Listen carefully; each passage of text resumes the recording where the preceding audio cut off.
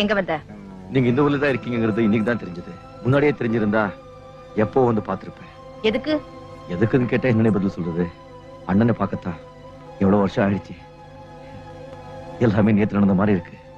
சரி, இப்ப எதுக்கு வந்த? இப்ப இருக்கிற இடம் தெரிஞ்சதும் அடிக்கடி வந்து பணம் வாங்கிக்கவா? அண்ணன் இந்த ஊர்ல இருக்கிறதுனால இப்ப பாக்குற வேலையை கூட விட்டுலாம் தோணி இருக்குமே.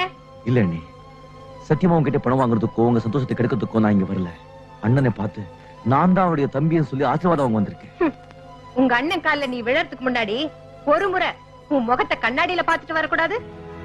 சாதாரண டாக்ஸி டிரைவர், ஒரு பிரபலமான வக்கீல், அதுவும் கூடிய சீக்கிரமே ஜட்ஜாவ போறவருடைய கால்ல விழுந்து ஆசீர்வாதம் வாங்குறதுக்கும் அவர் தம்பின்னு சொல்லிக்கிறதுக்கும் உனக்கு என்ன யோகிதை இருக்கு? உண்மையிலேயே நீ உங்க அண்ணனுடைய கௌரவம் காப்பாத்தணும்னு நினைச்சா தப்பி தவறி கூட